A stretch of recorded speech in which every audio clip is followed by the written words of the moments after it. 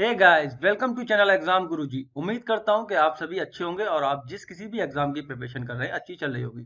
तो गाइस, आज फिर मैं डिस्कस करने वाला हूं एसएससी सीएचएसएल 2018 में जो पेपर हुए थे उसके क्वांटिटेटिव एप्टीट्यूड पार्ट को। हम पहले ही दो वीडियो अपलोड कर चुके हैं जिसमें हमने पहली 1 जुलाई को एक शिफ्ट में हुआ था जो पेपर, फिर 2 जुलाई को फर्स्ट शिफ्ट में जो पेपर हुआ था, और आज हम डिस्कस करने वाले हैं 2 जुलाई को जो सेकेंड शिफ्ट में हुआ था। ठीक है, उस पेपर को हम डिस्कस करने वाले हैं। उस पेपर का एक पार्ट क्वांटिटेटिव एप्टीट्यूड जिसमें 25 क्वेश्चंस है उसको हम डिस्कस करने वाले हैं।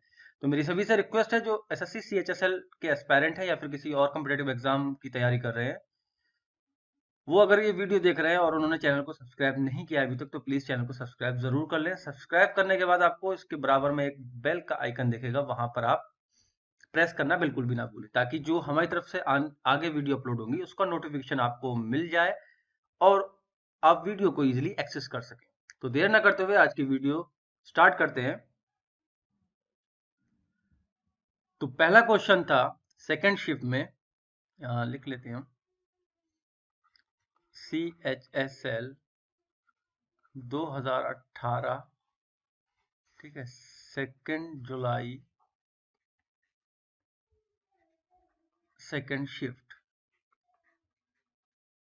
पहला गाइस फर्स्ट क्वेश्चन जो था वो एक इक्वेशन दे रखी थी हमें। ठीक है, ये इसके बराबर ये कुछ दे रखा है बट यहाँ मिसिंग है ABC। ठीक है, ये मिसिंग है और हमें बताना है इसकी वैल्यू। ठीक, तो अभी मैं क्या करूंगा, इसको इस वाले पार्ट को सॉल्व करते हैं हम, और ये सारे क्वेश्चन इसी तरीके से होते हैं। ठीक, तो इस 24 को मैं लिख सकता हूँ 2√3x और पूरे पे होल क्यूब लगा दूंगा। ठीक है, 8। जब इसका क्यूब खोलेंगे तो 24√3x³ हमें मिल जाएगा, प्लस √2y का क्यूब। इसको अब मैं ओपन कर लूंगा ए क्यू प्लस बी क्यू के फार्मूले से। ए क्यू प्लस बी क्यू क्या होता है, ए प्लस बी, यानी कि 2√3x प्लस √2y।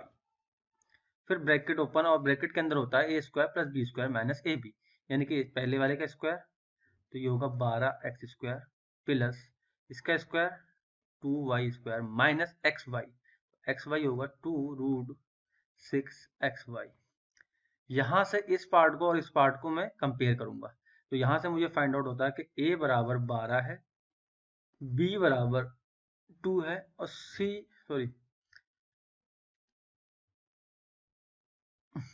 b बराबर जो है वो माइनस का 2√6 है और c बराबर 2 है। वैल्यू पुट कर दूंगा 2 into 12 plus plus minus 2√6 into √6 और माइनस 2, तो ये तो हो गया 24। इस प्लस माइनस की वजह से ये प्लस जो है वो माइनस हो जाएगा और रूट से रूट 6 हो जाएगा, 6 दूनी 12 और माइनस 2, तो 24 माइनस 14 इज इक्वल टू 10। ठीक है, जो कि ऑप्शन सी में मौजूद है। अगला क्वेश्चन था ट्रिग्नोमेट्री से। ये जो क्वेश्चन दे रखा है, ठीक है, इस तरीके का अगर कुछ भी बने तो आप, अगर वो उनका सम 90 हो रहा तो वैल्यू 1 ही होती है। ठीक है, इसको मैं क्या करूंगा, चेंज करूंगा, साइन 90 माइनस 25 लिख सकता हूँ इस 65 को। ठीक है, और साइन 90 माइनस थीटा जो होता है वो कॉस थीटा, यानी कि कॉस 25 आ जाएगा। Sine square 25 plus cos square 25 is equal to 1 होता है। सेम यही यहाँ करूंगा। ठीक है, इस कॉस 24 को लिख सकता हूँ 90 माइनस 66। ठीक है, और कॉस 90 माइनस थीटा होता है साइन थीटा, तो sine square 66 plus cos square 66, ये क्या हो गया, 1 हो गया, यानी कि 1/1 मतलब 1। यहाँ पर ये सॉल्व हो गया। प्लस साइन स्क्वायर 71 को ऐसे ही रहने दो, यहाँ हम चेंज कर लेते हैं, प्लस इसको चेंज कर लेते हैं, इसको मैं लिख सकता हूँ साइन 90 माइनस 71, क्योंकि 90 में से 71 जाएंगे तभी 19 बचेंगे, और साइन 90 माइनस थीटा या 90 माइनस 71 होता है कॉस थीटा या फिर कॉस 71 कॉस 71, तो 2 बार कॉस 71 है या 2 बार कॉस थीटा है तो स्क्वायर हो जाएगा, तो कॉस स्क्वायर 71, तो इसकी वैल्यू भी 1। 1 + 1 = 2। तो गाइस अगला क्वेश्चन जो है वो है रेशियो से ए और बी की वर्तमान आयु का अनुपात जो है 6 और 5 है। तो मैं इसको यहाँ लिख लेता हूँ 6 और 5। 4 वर्ष पहले यानी कि माइनस होना पड़ेगा। 4 वर्ष पहले के लिए जो रेशियो था 5 और 4 था। इसको जब क्रॉस मल्टीप्लाई करेंगे तो 6 चौक 24 x - 16 = 25 x - 20। ठीक है, सॉल्व करने के बाद मुझे मिलेगा x = 4। तो मुझे पता लगा कि 24 और 20 उनकी एज जो है वो अभी है वर्तमान में। 12 वर्षों के बाद पूछ रहा है तो 12 ऐड कर दो दोनों में, तो ये 36 हो जाएगी और ये 32 हो जाएगी। ठीक है, तो 4 नीम 36, 4 अड़े 32। 9 और 8 का रेशियो 12 वर्षों के बाद उनका होगा। एक बेलनाकार पोल है। ठीक है, कोई पोल है, वो बेलनाकार उसका बकफेट दे रखा है और आयतन दे रखा है। उस पोल की ऊंचाई क्या है? तो बेलनाकार जो पोल है उसका बकफेट हम कैसे निकालते हैं? 2πr से।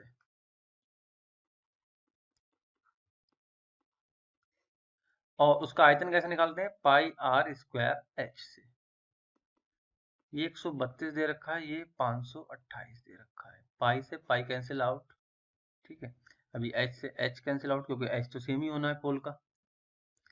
और एक r से एक r कैंसिल आउट। तो यहाँ से 2 छंग 12, 2 छंग 12, 11 छक 66, 11 चौक 11, 48, 6 अट्ठे 48। तो x बराबर 8 आ गया, सॉरी r बराबर 8 आ गया, यानी कि उसकी रेडियस कितनी है? 8 है। यहाँ से मैं 2 × 22/7 × 8 × h उसकी हाइट निकाल लेंगे जो हमसे पूछी गई थी।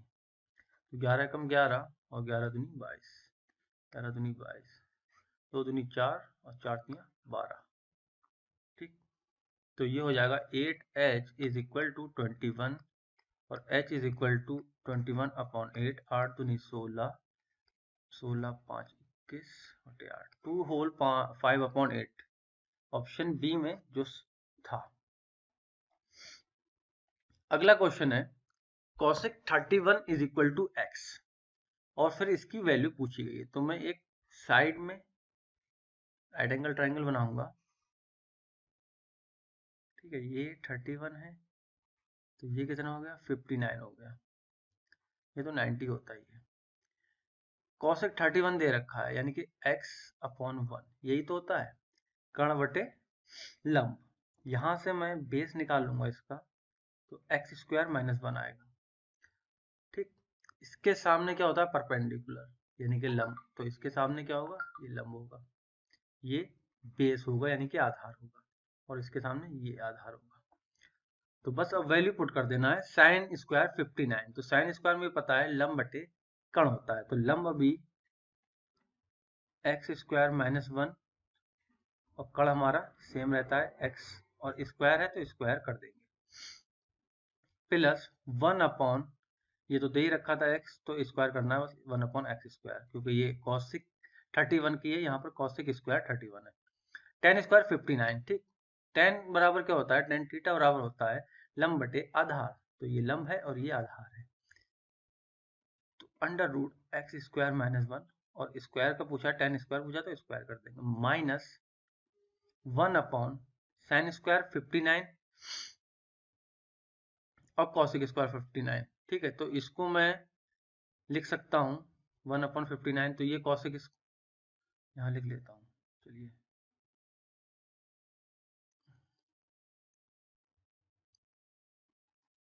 sin² 59 और 1/cosec = होता है sin।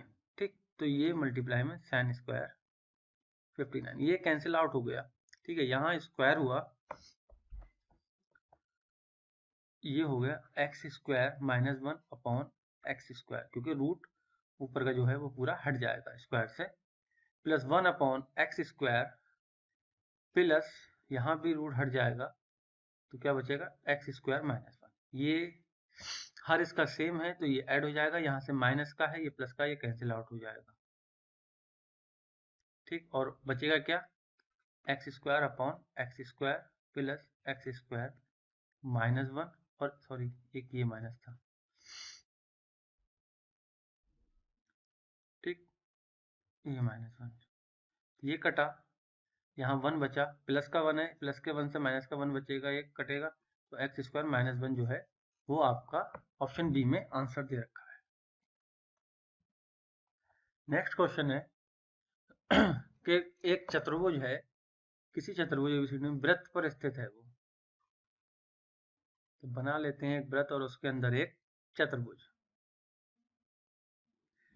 कुछ चक्रीय चतुर्भुज या फिर साइक्लिक क्वाड्रिलेटरल भी कहते हैं, ए बी सी डी। इसकी प्रॉपर्टी क्या होती है कि आमने सामने के एंगल का जो सम होता है, योग होता है, वो 180 डिग्री होता है। अब वो बोल रहा है कि एंगल ए एंगल सी का तिगुना है। अगर एंगल सी को मैं x बोल दूं तो ये कितना हो गया, 3x हो गया। डी बी का दुगना है, b को अगर मैं y बोल दूं तो ये 2y हो गया। तो मुझे पता है 3x plus x is equal to 180 होता है, तो x बराबर 45 डिग्री आ जाएगा। 2y plus y is equal to 180 होता है, तो y इज इक्वल टू 60 आ जाएगा। मुझसे पूछा था b और c यानी कि y और x का डिफरेंस क्या है, तो y और x का डिफरेंस जो है वो 15 डिग्री है, 15 डिग्री, जो कि ऑप्शन डी में था। क्वेश्चन नंबर 7 है, जिसमें बार दे रखा है, बार ग्राफ, ठीक, और उस बार ग्राफ को पढ़ के हमें ये सवाल बताना था। 2011, 13 और 15 में कला जो कि नीले सॉरी लाल से दे रखा है, और साइंस जो है विज्ञान वो ब्लू से दे रखा है। तो हमसे पूछा गया है 2011, 13, 15 में कला विद्यार्थियों की कुल संख्या। तो 2011 में ये होगा, 2011 में ये 13 और 15, यानी कि इसको ऐड करेंगे। फिर पूछा गया है सभी का, ठीक है, तो इसको ऐड करूंगा 275, ठीक, तो ये होगा मेरा 950। इन तीनों का सम जो होगा वो 950 होगा, और सारे का जो सम करूंगा साइंस वालों का, विज्ञान वालों का, वो होगा 1430, ठीक है। इसका अगर मैं डिफरेंस लूं तो डिफरेंस क्या निकल के आएगा, 480। मुझसे पूछा गया था कि कितने प्रतिशत कम है, तो कम है तो 1430 नीचे आएगा, इसको मल्टीप्लाई करेंगे, और जब इसको सॉल्व करेंगे तो 33.56, जो कि मैं लिख सकता हूं 33.6। ऑप्शन सी जो होगा वो इसका सही आंसर होगा। नेक्स्ट क्वेश्चन है, PAT किसी वृत्त के एक बिंदु पर स्पर्श रेखा है, ठीक है, वृत्त बना लिया, PAT, ये सेंटर होगा उसका। AB इस तरह से एक जीवा है, एक जीवा बना लो AB के,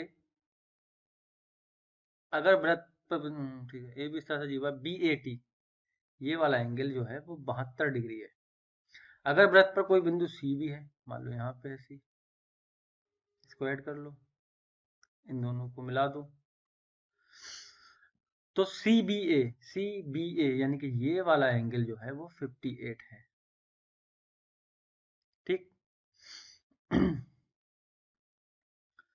अब CAB की माप क्या है, CAB की यानी कि इस वाले पार्ट की माप क्या है, ठीक। एक अल्टरनेट सेगमेंट थ्योरम होती है जिसके थ्रू हमें पता लगता है कि ये वाला एंगल इस वाले एंगल के बराबर होता है, यानी कि ये 72, और ये वाला एंगल इस वाले एंगल के साथ बराबर होता है, तो ये 58, ठीक। तो अब हम चाहे इसको ट्राइंगल मान के कर लें, चाहे एक स्ट्रेट लाइन मान के कर लें, तीनों का सम अगर दोनों चीजों में देखेंगे तो तीनों एंगल का सम किसी भी ट्राइंगल के अंदर 180 होता है, या फिर एक स्ट्रेट लाइन का सम 180 होता है। तो करना क्या है, 72 और 58 को जोड़ के 180 में से घटा देना है। तो 72 और 58 को जब जोड़ेंगे तो मिलेगा हमें 130, 80 और 30, 50 डिग्री जो होगा वो एंगल CAB की माप होगी। अगला क्वेश्चन है ₹7500 की एक निश्चित वार्षिक चक्रवृद्धि ब्याज की दर पर 2 वर्ष के बाद बढ़कर इतना हो जाती है, तो पहले की ब्याज को दुगना कर दिया जाए। ठीक है, तो सीधा सीधा हमें फार्मूला पता है कि अमाउंट इज इक्वल टू क्या होता है, प्रिंसिपल 1 प्लस आर अपॉन 100 का स्क्वायर। तो अमाउंट को अगर मैं पी को यहाँ ले जाऊं तो ये पी हो जाएगा। ठीक है,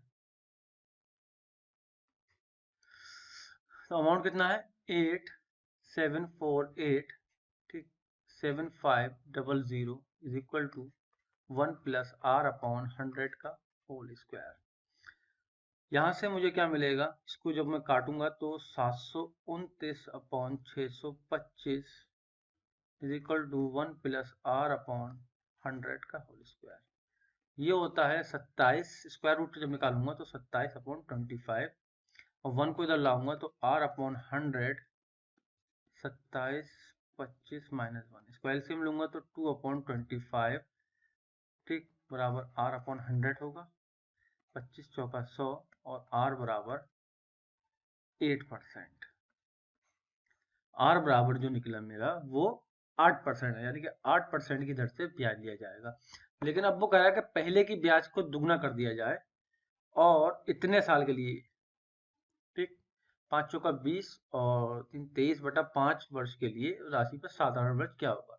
ठीक है, तो राशि तो हमारी यही रही, कितनी, 7500, बट हमने ब्याज को बढ़ा दिया और 23/5 गुणा 100, ये कट गया 15, फिर हम 15 इंटू 16 इंटू 23 करेंगे तो हमें मिलेगा 5520, जो कि ऑप्शन डी में है। अगला क्वेश्चन है, अमित ने ए से बी की यात्रा 80 किलोमीटर की औसत गति से की। उसने शुरुआती 75% को 2/3 समय में किया और शेष दूरी जो थी वो x किलोमीटर की अचर गति से तय की। तो x का मान हमें बताना था। 75% मतलब अगर मैं यहाँ पे d फॉर डिस्टेंस कर लूँ, 75% मतलब 1/3 हिस्सा, यानी कि अगर कोई, अगर मान लो 100 किलोमीटर थी तो उसने 75 चली वो 25, तो 3:1 का रेशियो होगा वो।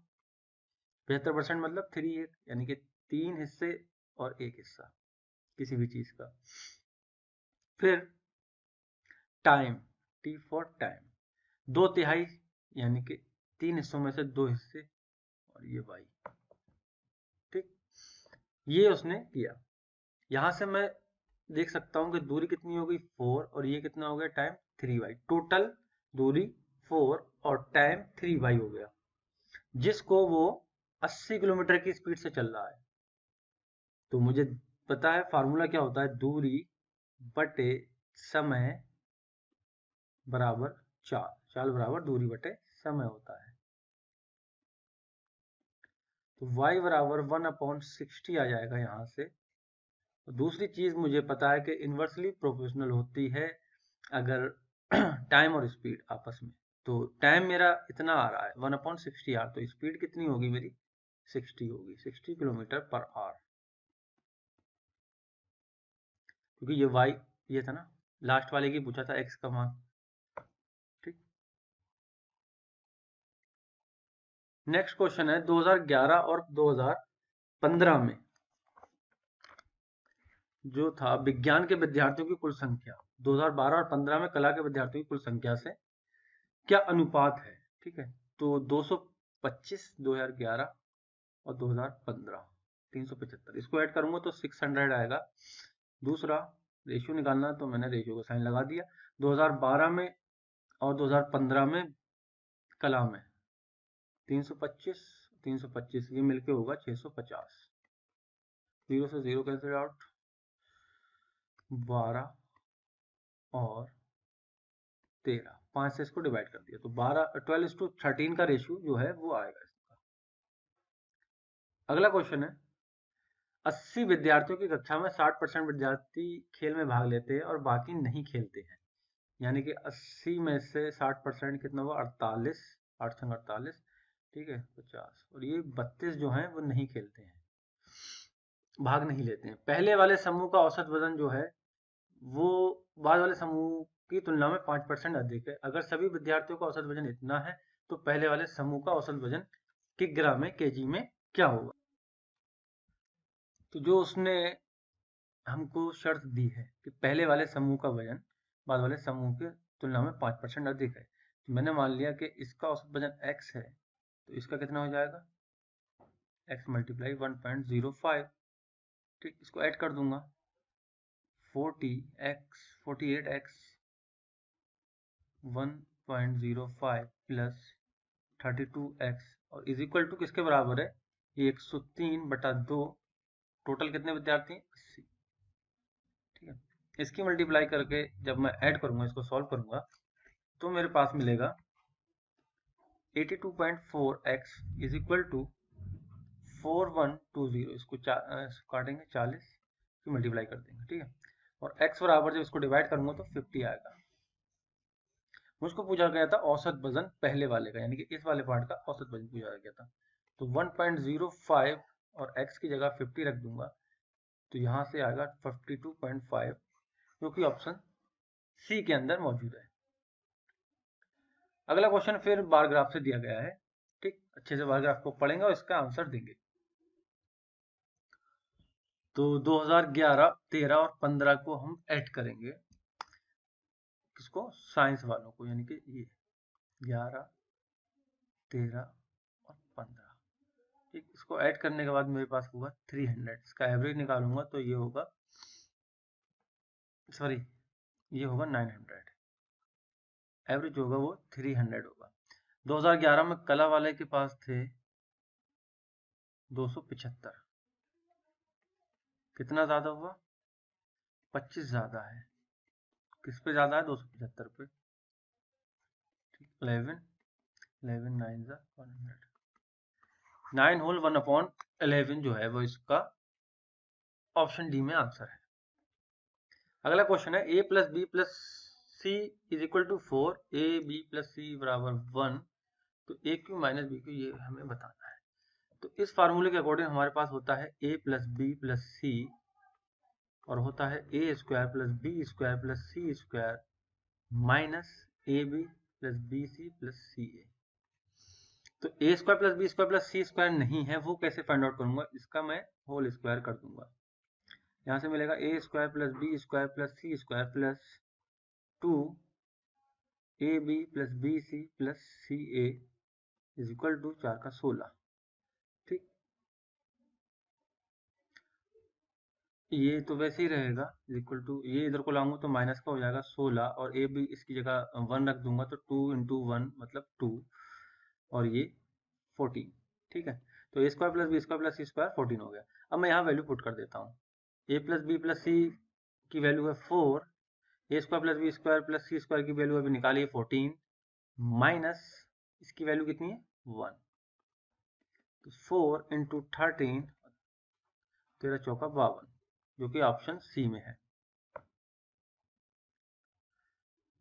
ए बी सी एक ट्राइंगल है, बना लो।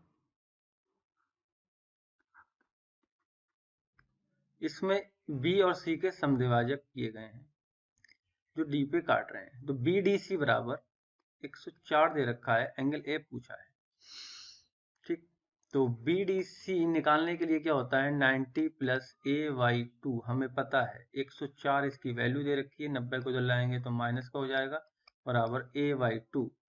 यहाँ से मिलेगा 24 बराबर ए वाई 2, नहीं सॉरी 14, और a is equal to 28। Option A में जो है, अगर ये इस तरीके से होता, यानी कि ये इसको बढ़ाया गया होता और ये इसके एक्सटीरियर एंगल को बाइसेक्ट किया होता और ये एंगल पूछता, तो 90 माइनस ए वाई 2 होता है और यहाँ पे 90 प्लस ए वाई 2 होता है।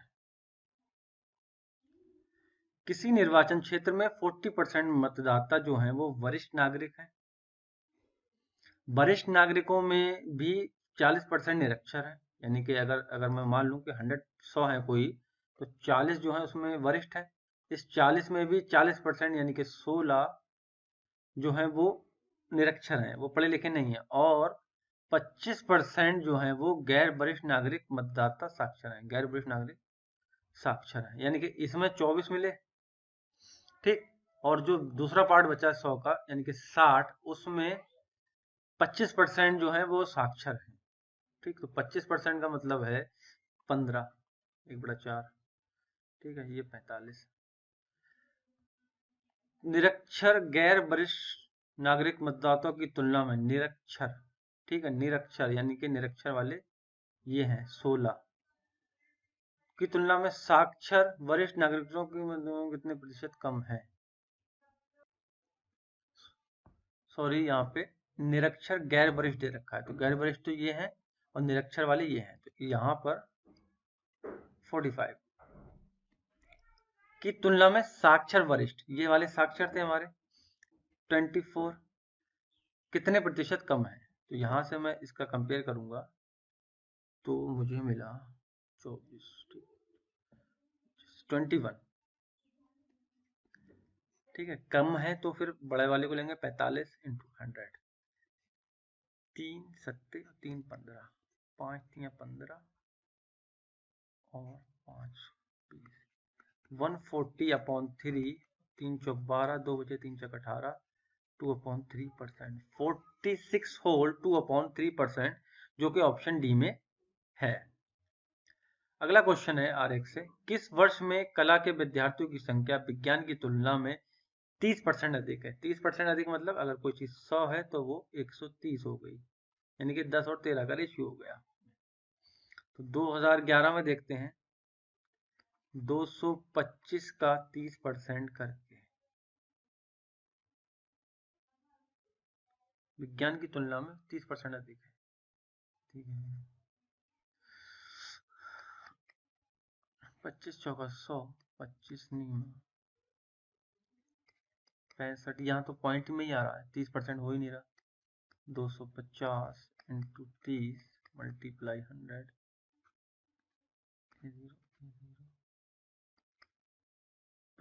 25 के 5 से लगे 7, 25 7 325, जो कि ये मौजूद है 30%। तो ऑप्शन बी जो होगा वो इसका करेक्ट होगा। अगला क्वेश्चन है जो सिंप्लीफाई करना है, ठीक है।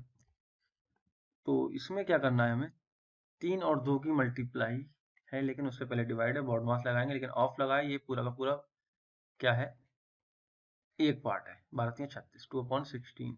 इसको इस तरीके से लिख लेंगे जिससे कंफ्यूजन ना हो, -3 और ये 2 है, मल्टीप्लाई, इस ब्रैकेट को ओपन करेंगे तो माइनस का 1 आएगा, माइनस का 1 से ये प्लस हो जाएगा, और 1 से मल्टीप्लाई होती है तो सेम रहता है, 2 + 3 और इसके डिवाइड में 2 3 6, ठीक है। तो 3 6 2 चक्का 12, यहाँ से मिला 1/6 प्लस 2 से 2 कट गया, 3 मिला, प्लस यहाँ से जो इसको 1/6 ही लिखना है तो इसको सबको सेम कर लिया, तो ये 6 3 18 हो गया, ठीक। 18 1 19 19 3 22, और इसको लिख सकता हूँ 11 3 3 3 9, 3 होल 2/3, जो कि ऑप्शन सी में है। ABCD एक चक्रीय चतुर्भुज है जिसमें AB इस पे बने वृत्त के व्यास पे है, ठीक। AB वृत्त का व्यास हो गया, चक्रीय चतुर्भुज है तो चारों कोने उसके सर्किल पर टच हो रहे होंगे, C और D।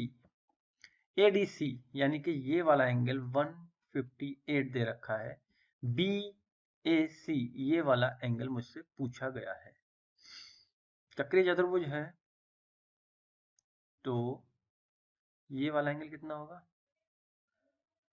20 और 22, ठीक। अगर मैं यहाँ पे ये डालूं तो ये 90 होता है, तो 90 माइनस 22 करेंगे तो 10 में से 2 गए, 10 में से 2 गए 8, और 7 में से 8 में से 2 के 6, 68। ये एंगल कितना मिलेगा मुझे? 68 मिलेगा, जो कि ऑप्शन डी में है। 3 sine theta is equal to 2 cos square theta. Theta की वैल्यू 0 से 90 के बीच में, फिर इसकी वैल्यू हमें बतानी है। तो क्या करना है हमें? या तो इसको साइन में ले लो या फिर कॉस में ले लो, एक ही में कर लेते हैं। तो 3 sine theta is equal to 2 1 minus sine square theta. मैंने इसको पहली सर्व समीकरण में या फर्स्ट आइडेंटिटी में चेंज कर दिया। यहाँ से मिलेगा 2 माइनस 2 साइन स्क्वायर थीटा। ये सारा उधर को ले जाओ तो 2 sine square theta minus 3 sine theta minus 2 is equal to 0। तो फैक्टर करेंगे, यानी कि माइनस का 4 लाना है हमें। 2 sine square theta minus 4 sine theta plus sine theta minus 2 is equal to 0, यानी कि 4 से मल्टीप्लाई करेंगे तो माइनस का 4 ही आएगा।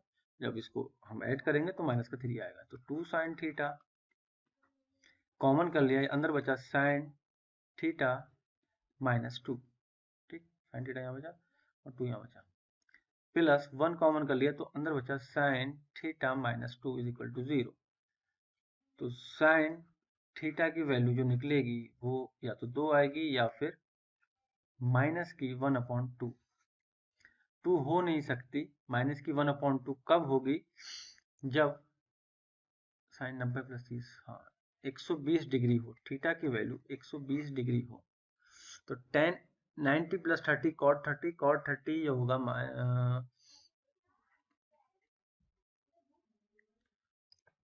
सॉरी गाइस, एक थोड़ा सा हल्का सा करेक्शन करना है। ये जो पार्ट है यहाँ पे ऑलरेडी प्लस का है, हमने यहाँ माइनस लिख दिया था 3। ठीक है, तो अभी हमको प्लस का 3 साइन थीटा चाहिए। तो यहाँ क्या करेंगे? प्लस 4 साइन थीटा, और इस वाले पार्ट को माइनस का करेंगे। ठीक, जब माइनस का करेंगे तो यहाँ पर मिलेगा हमें 2 साइन थीटा प्लस 2, और ये दोनों माइनस के, तो यहाँ से माइनस का 1 कॉमन करेंगे तो ये प्लस का साइन थीटा। तो ये चीज़ मिलेगी हमें प्लस की 1/2। और थीटा जब साइन थीटा 1/2 कब होता है? जब थीटा की वैल्यू 30 होती है। अब वैल्यू हम पुट कर देंगे यहाँ पर 1/√3 प्लस 1/2√3/2 प्लस 1/2। ठीक, ना हो गया। सारे सबका एलसीएम लेंगे तो वो एलसीएम आएगा 2√3। ठीक, यहाँ पे 2 नहीं था, यहाँ पे √3 नहीं था, √3 से मल्टीप्लाई हुई ऊपर नीचे तो 3 हो गया, प्लस यहाँ पे 3 था, तो 5 प्लस √3 डिवाइड बाई √3। ठीक, ऑप्शन सी, ऑप्शन सी जो होगा वो इसका करेक्ट होगा। बट अभी क्या आ रहा है? √3 आ रहा है, और यहाँ पे भी 5 नहीं 5√3 आ रहा है, ऐसा कोई ऑप्शन है नहीं। तो एक काम करेंगे, √3 से ऊपर नीचे मल्टीप्लाई कर देंगे, तो नीचे हो जाएगा 6 और ये हो जाएगा 5√3 प्लस √3 की मल्टीप्लाई होगी तो 3। तो अब देखते हैं 3 प्लस 5√3 अपॉन 6, जो कि ऑप्शन सी में है। ठीक, आगे बढ़ते हैं। Question number 21। 9 अंकों की संख्या दे रखी है। ठीक है, तो उसको हम सही से लिख लेते हैं गैप देके, जिससे हम कैलकुलेशन करने में कोई गलती ना करें। x4 5 y2 72 से विभाज्य, 72 से हम डिवाइड नहीं कर सकते तो हम क्या करते हैं? फैक्टर कर लेते हैं 9 और 8, यानी कि 9 से भी डिवाइड होगा और 8 से भी डिवाइड होगा। 8 का डिवाइड करने का हमें पता है कि लास्ट की 3 डिजिट अगर 8 से डिवाइड हो जाती है तो पूरा नंबर डिवाइड हो जाएगा। y के अधिकतम मान के लिए, तो अधिकतम मान में y बराबर 9 रखूंगा, तो 8 7 56, 3 8 चौक 32, यानी कि y बराबर मेरा 9 आ गया। 9 पे ये डिविजिबल है। अब 9 के लिए रूल क्या था कि इस पूरे नंबर का जो डिजिट है उनका सम करूं और वो 9 से डिविजिबल होना चाहिए, तब वो y से कट जाएगा। तो 8 1 9, 9 7 16, 16 5 21, 4 25, 25 5 30, 2 32, 32 और 9 41। 9 कब कटता है? जब 45 होगा, यानी कि x की वैल्यू 4 होनी चाहिए। रख के देखते हैं। 4 चौक 16 plus 9 under root 25, that mean 5, जो कि ऑप्शन डी में है। ए बी सी एक काम को क्रमशः इतने दिन में पूरा कर सकते हैं। ठीक है, 42, 84, 28। तो इसका एलसीएम लेंगे। एलसीएम होगा 84, 42 दूनी 84, 84 कम 84, 28 84। यानी कि ए जो है ये ए है, बी है, सी है। ए 2 काम करेगा एक दिन में। अगर मान लो कि ये 84 बॉक्स हैं, कोई उठा के रखना है, तो ए 2 बॉक्स रख रहा है, बी 1 बॉक्स रख रहा है एक दिन में, सी 3 बॉक्स रख रहा है। तो ए ने काम शुरू किया और 3 दिन के बाद बी इसके साथ जुड़ गया, यानी कि ए ने 3 दिन तक तो अकेले काम किया, तो 6 बॉक्स हटा चुका होगा, 6 काम कर चुका होगा। अगर काम शुरू होने के 5 दिन बाद सी भी इनके साथ जुड़ा, यानी कि काम शुरू होने के 5 दिन बाद, 3 दिन तो हो चुके हैं, 2 दिन और बचे हैं। 2 दिन इन दोनों ने मिलकर काम किया था, यानी कि 3 बॉक्स उठे होंगे वो। तो 6 और 6 12 बॉक्स उठ चुके थे, तब तक 72 बॉक्स बचे थे, या 72 काम बचा था। अब ये तीनों ऐड हो गए हैं, यानी कि ये 6 काम कर रहे हैं या 6 बॉक्स उठा रहे हैं। ठीक है, तो ये कितने दिन में उठा देंगे? ये 12 दिन में उठा देंगे। पूछा है तो काम पूरा होने तक ए ने कितने दिनों तक काम किया? 5 दिन तो वो पहले कर चुका है काम, और 12 दिन और करेगा, तो 12 5 17। 17 दिन जो है वो काम ए करेगा स्टार्टिंग से। 3 दिन अकेले करा, 2 दिन बी के साथ करा, बाकी बी ए बी सी तीनों ने मिलकर 12 दिन तक करा, तो 12 5 17। ठीक है, ए बी सी। अगला क्वेश्चन है, ट्राइंगल ए बी सी में ए सी और ए बी भुजा पर 2 बिंदु क्रमशः इस तरह हैं। तो एक ट्राइंगल बना लेंगे, ए बी और सी, ए सी और ए बी पर, यानी कि ए सी पर डी है और ए बी पर ई है। जिस तरीके से दिया है वैसा ही बनाएंगे। इस तरह है कि ए डी ई, यानी कि ये वाला एंगल जो है वो इस वाले एंगल के बराबर है। अगर ये x है तो ये भी x है। अगर ए डी बराबर 7.6 है, ए ई बराबर 7.2 है, बी ई बराबर 4.2 है, बी सी बराबर 8.4 है, तो डी ई यानी कि ये वाला पार्ट जो है ये कितना होगा, ये हमको बताना है। तो स्टार्ट करते हैं। ये जो छोटा एंगल, एक ट्राइंगल बनना है ए डी ई, ये क्या होगा? A B C. ठीक है, ए बी सी के समरूप होगा या फिर इंग्लिश में कॉन्ग्रुएंट होगा। तो D E upon B C is equal to A D upon A B. इसकी वैल्यू रख देंगे। डी ई तो हमें पता ही नहीं है क्योंकि फाइंड आउट करना है। ये 8.4 हो गया, ये 7.6 है, और ये 7.2 ए बी जो है पूरा जोड़ेंगे, तो या तो पूरा जोड़ के लिख लेते हैं 11.4, डायरेक्ट लिख लेते हैं। 2 2 4 7 4 11, 11.4। D E is equal to 7.6 into 8.4 upon 11.4। ठीक, इसको जब सॉल्व करेंगे तो हमारे पास मिलेगा 5.6, जो कि ऑप्शन बी में है। ठीक, जब एक वस्तु को 291 रुपए में बेचा जाता है तो 3% की हानि होती है। इसे 8% लाभ पर बेचा जाता तो वस्तु का विक्रय मूल्य क्या होता? ठीक, तो x into 97 upon 100 is equal to 291, यानी कि किसी चीज को हमने 97% पे बेचा तो 291 में बिका वो। ठीक, 7 21 और ठीक है, तो x बराबर वो 300, यानी कि 300 रुपए की वो वस्तु थी।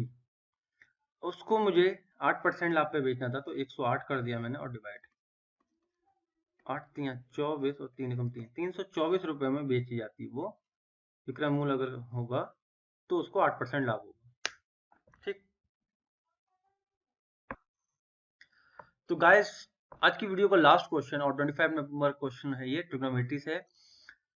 1 upon sec theta minus tan theta minus 1 upon cos theta is equal to sec theta multiply k. Theta की वैल्यू जो है 0 से 90 के बीच में के की वैल्यू हमको बतानी है। तो क्या करेंगे, इसके कॉन्जुगेट से मल्टीप्लाई कर देंगे, यानी कि sec theta plus tan theta से मल्टीप्लाई कर देंगे। मल्टीप्लाई करने के बाद ऊपर नीचे, ये तो ऊपर का पार्ट रह गया, यहाँ नीचे करेंगे तो ये बदलेगा हमें sec square theta minus tan square theta. ये होता है 1 दूसरी सर्वसम्मिका या फिर सेकेंड आइडेंटिटी से। ठीक, तो ये तो यही रहेगा। माइनस 1 अपॉन कॉस थीटा को मैं लिख दूंगा sec theta is equal to sec theta multiply k. ठीक, सेक थीटा मल्टीप्लाई के। ठीक, ये कट गया। टेन थीटा को मैं लिख सकता हूँ साइन थीटा, और नीचे होता है कॉस थीटा। ठीक है, तो 1 अपॉन कॉस थीटा होता है सेक थीटा, जिसको मैं चेंज करके मल्टीप्लाई सेक थीटा लिख दूंगा is equal to sec theta multiply k. Sec से सेक कट गया, तो k is equal to sine theta मुझे मिला, जो कि ऑप्शन डी में है।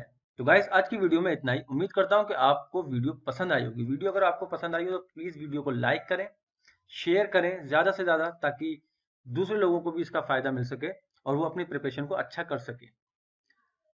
और आपका कोई भी सुझाव या कमेंट या फिर कोई फीडबैक हो तो प्लीज कमेंट बॉक्स में जरूर लिखें, ताकि हम उसको अपने आने वाली वीडियो में ऐड कर सकें और अपने वीडियो को और अच्छा बेहतर बना सकें आपके लिए। आज के लिए इतना ही। Thank you very much.